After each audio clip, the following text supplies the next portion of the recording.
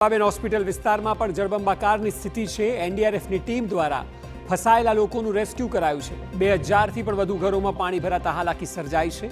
Ramaben hospital વિસ્તારમાં પહેલા માળ સુધી પાણી ભરાયા છે। પાણી વધતા એમબી ગોહિલ કોલેજની વિદ્યાર્થીનીઓ ફસાઈ હતી। કોલેજમાં પરીક્ષા આપવા માટે પહોંચી હતી વિદ્યાર્થીનીઓ। સવારથી જ આ યુવતીઓ ફસાઈ હતી અને એનડીઆરએફની ટીમ તેમની વારે પહોંચી અને તમામને સલામત સ્થળે બહાર લાવાયા હતા।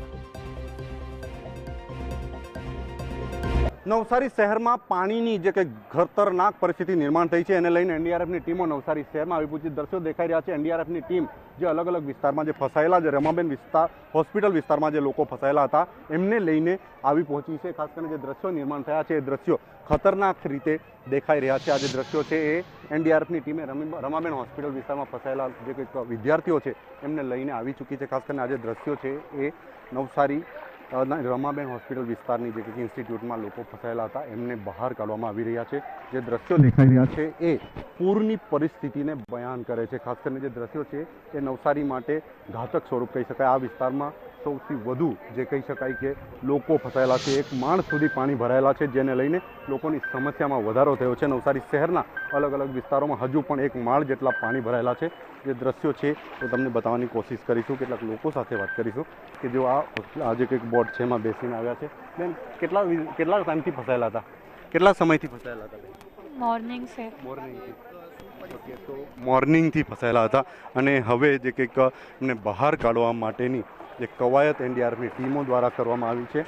એનડીઆરએફની ટીમે અંદર સુધી પહોંચીને જે સમગ્ર જે સ્થિતિ હતી એ ભયાવહ સ્થિતિ હતી। એ ભયાવહ સ્થિતિને પગલે કેટલા સમયથી ફસાયેલા હતા બેન ત્યાં? સવારે 9 વાગે કેટલું પાણી હતું અંદર? ત્યારે એટલું બધું પાણી નહોતું, બટ યુનિવર્સિટી એક્ઝામ હતી એટલે મારે છતાં પણ આવવાનું. અચાનક વધી ગયું છે ને?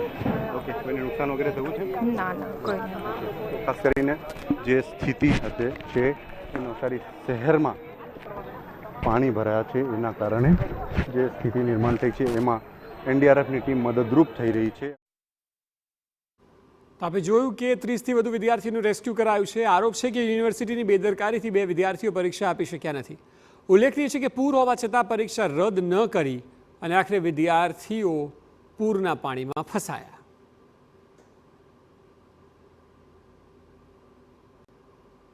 यूनिवर्सिटी का एग्ज़ाम था फिजियोथेरेपी का।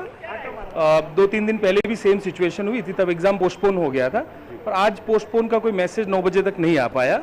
अनफॉर्चुनेटली हमने काफ़ी ट्राई किया बट नहीं हो पाया और हमारे पास एक ऑप्शन ये आया कि आप दूसरी कॉलेज में एग्ज़ाम के लिए बच्चों को शिफ्ट कर सकते हैं। बट अपनी कॉलेज जहाँ पे है उस जगह पे 8:30 बजे से भी 8:30 के आसपास सब पानी यहाँ पे भर गया था और जो बच्चे वहाँ पे पहुँच गए थे, लगभग 6-7 बच्चे पहुँच गए थे 8-8:30 बजे। 7 एक स्टूडेंट थे, वो सब पहुँच गए थे। 10 स्टूडेंट देने वाले थे, 2 लोग नहीं पहुँच पाए बिकॉज पानी जो भरा हुआ था। तो फिर हमारे पास कोई ऑप्शन था नहीं। आज जिम्मेवारी किसकी रहेगी अभी? जिम्मेवारी तो क्या है, एग्जाम था और एग्जाम देना था। फाइनल एग्जाम था या यूनिवर्सिटी का एग्जाम था। हमारे इंटरनल एग्जाम भी चल रहे थे पर इंटरनल एग्जाम हमने कैंसिल कर दिए, वो हमारे हाथ में था। कौन से ईयर का? ये एक्चुअली सप्लीमेंट्री एग्जाम था। जो लोग पहले के एग्जाम्स में जिनके केटी आती है उन लोगों के लिए एग्जाम था। तो इसमें फर्स्ट ईयर का भी था, सेकेंड ईयर का भी था, फाइनल ईयर का भी था। सारे बच्चों के एग्जाम थे। ये उन बच्चों के एग्जाम थे जो पूरक परीक्षा बोलते हैं। इसमें जिम्मेदारी तो क्या है, सिचुएशन ऐसी आई है, इसमें क्या जिम्मेदारी होगी किसी की। बट अगर यूनिवर्सिटी थोड़ा सा समय से हमारा पोस्टपोन कर देते तो आज ये प्रॉब्लम खड़ी नहीं होती।